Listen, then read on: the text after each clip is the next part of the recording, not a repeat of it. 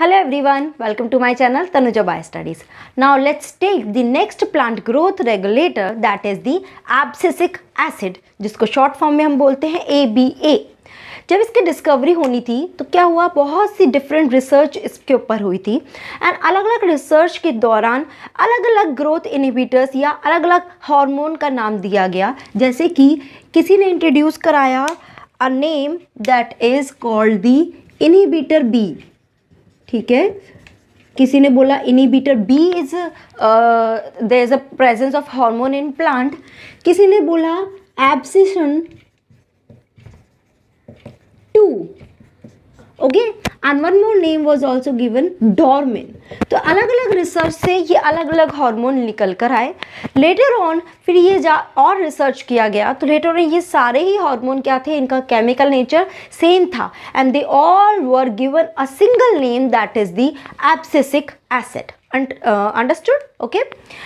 जब मैंने आपको शुरू में हार्मोन्स के बारे में बताया, प्लांट ग्रोथ रेगुलेटर्स के बारे में बताया, तो मैंने आपको दो कैटेगरीज बताई थी.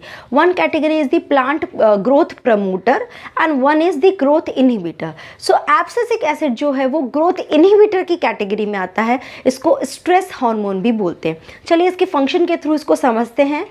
पहला फंक्शन क्या है, that is inhibitors of metabolism and growth. क्योंकि ये ग्रोथ इनहिबिटर की कैटेगरी में आता है, ये ग्रोथ को इनहिबिट करता है.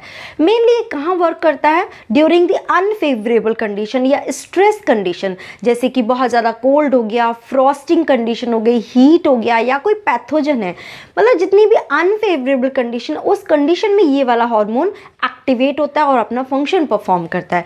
तो उसका फंक्शन क्या करता है कि वो उस वक्त उस सीड के अंदर की मेटाबॉलिज्म को या उस प्लांट की मेटाबॉलिज्म को स्लो डाउन कर देता है, कम कर देता है, ताकि क्या करे, उसकी जितनी भी ग्रोथ है वो वहीं पे स्टॉप हो जाए या कम हो जाए. तो ग्रोथ और मेटाबॉलिज्म दोनों को ही रिड्यूस कर देता है. Next is desiccation tolerance. Desiccation यानी क्या होता है, जैसे कि अभी मैंने आपको बताया, जितनी भी स्ट्रेस कंडीशन है जैसे कोल्ड, हीट, फ्रॉस्ट, ये सब डेसिकेशन कंडीशन है जिसमें प्लांट ग्रो नहीं हो पाता अच्छे से. तो उस केस में क्या होता है, क्योंकि उसको अच्छे से सारी फेवरेबल कंडीशंस तो मिलेगी नहीं, तो वो हार्मोन, ये हार्मोन क्या करता है, उसको प्लांट को इनएक्टिव स्टेट में रखता है, ताकि वो जैसे ही वो पीरियड पास ऑन हो तो वापस वो ग्रोथ की तरफ या ग्रो कर पाए. तो ये क्या है, डेसिकेशन टॉलरेंस है. बिकॉज अगर वो उस प्लांट उस सारी स्ट्रेस कंडीशन को फेस करेगा तो हो सकता है वो प्लांट डाई हो जाए. बट अगर वो इनएक्टिव स्टेट में ही रहेगा, कोई मेटाबॉलिज्म नहीं है, उसको बाहर से किसी चीज़ की रिक्वायरमेंट नहीं है, बिकॉज अनफेवरेबल कंडीशन है, तो ऑब्वियसली उसकी जो भी रिक्वायरमेंट्स है वो सारी फुलफिल नहीं होगी. तो वो क्या करता है, कोई रिक्वायरमेंट ही नहीं रखता अपनी, तो इनएक्टिव स्टेट में रहता है, तो वो टॉलरेट कर पाता है ये सारी डेसिकेशंस को. Next, storage protein. This hormone is responsible for formation of some storage protein during the seed germination. Seed के अंदर कुछ स्टोरेज प्रोटीन बनाता है. जब सीड जर्मिनेट करता है तो वो उसको हेल्प करता है जर्मिनेट करने में. Next is dormancy, that is the main important thing. This hormone cause the dormancy of seed, जिसकी वजह से वो dormant state में रहता है, inactive, या हिंदी में बोलते हैं सुप्त अवस्था. ठीक है, मतलब स्लीपिंग स्टेज में है, तो उस वक्त वो कोई एक्टिविटी ही परफॉर्म नहीं करेगा. नेक्स्ट इज व्हाट, ये कैसे और स्ट्रेस कंडीशन को टॉलरेट कर पाता है, by closure of the stomata. क्योंकि आपको पता है stomata is responsible for the gaseous exchange. ठीक है, फाइन, जितनी भी गैस का एक्सचेंज होता है, as well as water evaporation यानी कि ट्रांसपीरेशन. फाइन, तो अब ये अगर स्टोमेटा ही क्लोज हो गया तो मतलब अंदर कोई मेटाबॉलिक एक्टिविटी ही नहीं हो रही है, तो बाहर से कोई गैस लेने की ज़रूरत नहीं है. एज वेल एज वो वाटर का जो स्ट्रेस है उसको मेंटेन कैसे कर सकता है, स्टोमेटा को क्लोज करके. तो प्लांट से वाटर इवेपोरेट ही नहीं होगा, प्लांट में वाटर की कमी ही नहीं आएगी.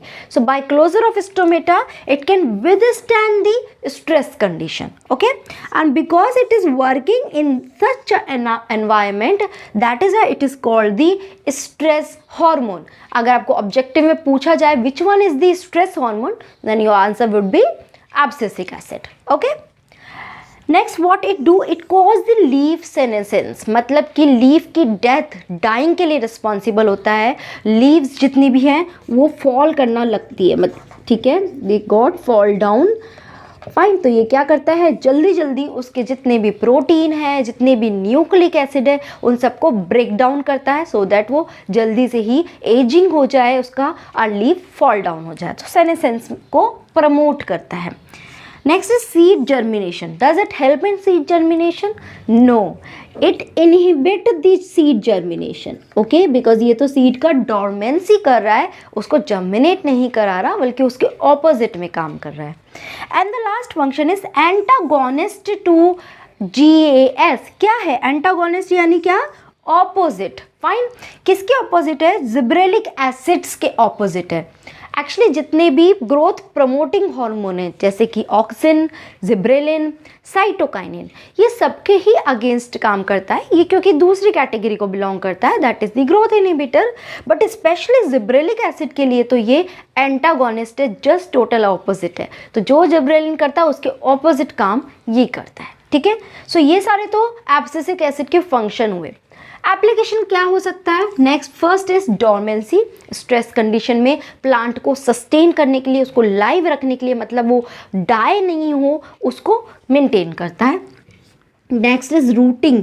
जब प्लांट ग्रो कर रहा है तो उसके जो शूट, मतलब उसके जो स्टेम एरिया है, उसमें रूटिंग इनिशिएट करने में ये एब्सिसिक एसिड हेल्प करता है। ठीक है, ध्यान रखना। Okay, next is flowering. क्या करता है? It also help in flowering of the plants, उनमें फ्लावर्स बनाने में हेल्प करता है। ओके, स्पेशली किस में करता है? Short day plants. जितने भी शॉर्ट डे प्लांट्स होते हैं, ओके, जिनको कम लाइट की रिक्वायरमेंट होती है, उसमें फ्लावरिंग का इनिशिएट किसकी वजह से होता है? एब्सिसिक एसिड की वजह से। And it prevent the sprouting of tubers. Tubers मतलब कि specially we are talking about potatoes.